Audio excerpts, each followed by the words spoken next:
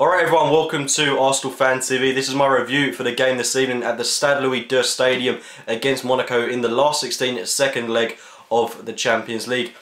We've beaten them by 2-0, but unfortunately yet again, as we've seen season after season after season, it's not enough to get us through to the last 16 due to the away goals rule. Incredibly frustrating feeling coming out of tonight's game. A very good performance from Arsenal, and if anything, I'm more proud of the task at hand, that we've actually had a good go at it, than the opposition that we've actually beaten. I think this result would have been a lot better, of course, if we'd have gone away to Bayern Munich, to Barcelona, to Real Madrid. But I am pleased and proud of the fact that we had to get 3 goals away from home against a side that doesn't concede many at home, and we've gone and scored 2 in what was a very difficult task, but a task that we set ourselves. The underlying fact is that if we hadn't been so arrogant and we hadn't botched up that first leg, then we would be coming away as victors this evening, and we would be coming away with our name in the hat for the quarter-finals of the Champions League. So that's incredibly frustrating. And if anything, this result just softens the blow of what was a disgraceful first leg. But it has shown me what Arsenal are capable of away from home. But yet again, we've failed to make an impact on this competition. We've got to start playing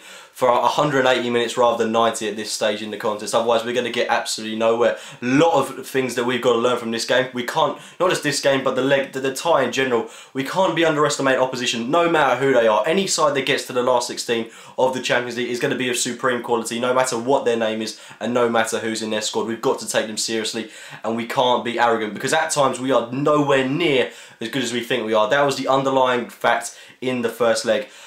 This evening we just showed what we're capable of, and we showed what a good team we are. We dominated this game from start to finish. Monaco, I don't even know if they had a decent clear-cut chance. Not one that I can certainly think of. It was just a case of us trying to break them down. They allowed us to have pressure, and they basically said, come on, try and do what you can against us. It was a very interesting team selection, I thought. We saw Ramsey drop from the weekend, who I thought had a fantastic game against West Ham United. It did surprise me that he wasn't featuring in the starting 11 this evening, but as we saw, he did come on and have an impact from the subs bench.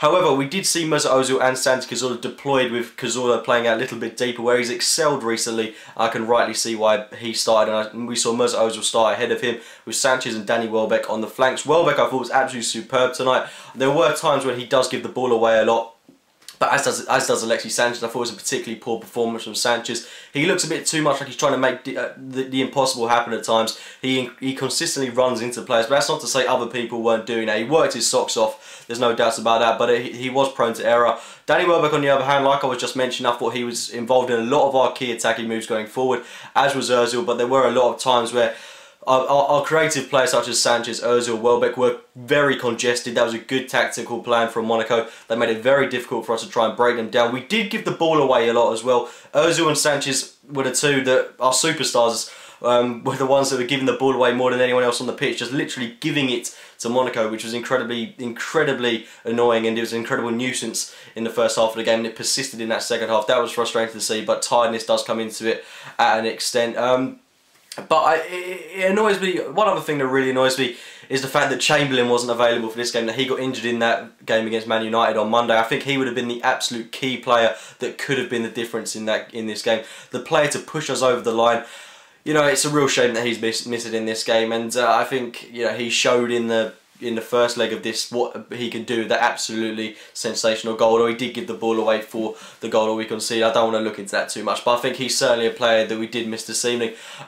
It was a bit of a surprise maybe not to see Theo Walcott starting this game. I think a lot of people would have expected him to, but I think when he came onto the pitch, he didn't have as much of an impact that I think people would have expected from him. He did hit the post, granted, but I think people want to see a little bit more of a work ethic from him. I do think Walcott is slowly, gradually coming back to his best. I don't think it did him any benefits whatsoever by dropping him when he came back into the side and was getting a couple of goals, was getting a couple of assists. We dropped him for the North London derby. He didn't really feature from there on in, which is annoying, but I'm hoping that he'll come back into the team at some point and really excel in a form that I know, and I think a lot of Arsenal fans know that he's certainly capable of. But getting into the game, really, it started off very... Actually, saying that, the first 10-15 minutes didn't start off particularly well for us. We couldn't string 2 passes together. We looked nervous. We looked like we couldn't really rise to the occasion. And it generally looked like we weren't capable of getting 3 goals in this game. But after about the 15-20 minute mark, we certainly grew into it. We were dominating. We were pressing.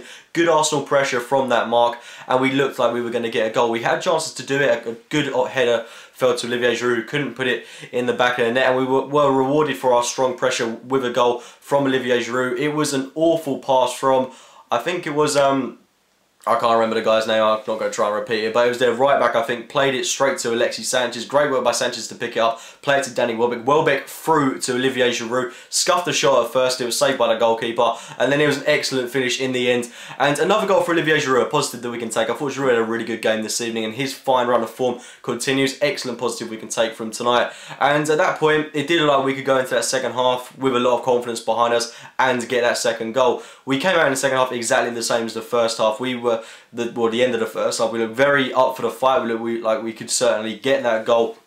But unfortunately, it didn't come to a bit later on when Aaron Ramsey was introduced to the state of play. We saw Francis Coquelin taken off, who again had another immaculate performance, and he was taken off for Aaron Ramsey. Ramsey coming in, changed the complexity of the game, changed the dynamics completely. He looked very refreshed when he came on. Again, another positive that we can take from tonight. We haven't gone through, but there are still positives we can take. Ramsey, 2 goals in 2 games since coming back into the side. Excellent goal that he took. Again, a poor clearance from the Monaco defence. Fell straight to Ramsey after Walcott had hit the bar. An excellent finish past the goalkeeper to make it 2-0. And with about 10-15 minutes to go, it did look like we were capable of getting that goal, but unfortunately it wasn't to be. I mean, our next clear-cut chance was when Giroud and Alexis had that little mix-up in the box where you think if Giroud had left his leg out of the way, then Sanchez could have put it in the back of the net. But unfortunately, we have gone out of this stage of the competition yet again. I mean, there are a lot of positives we can take from tonight. We've gone away from home.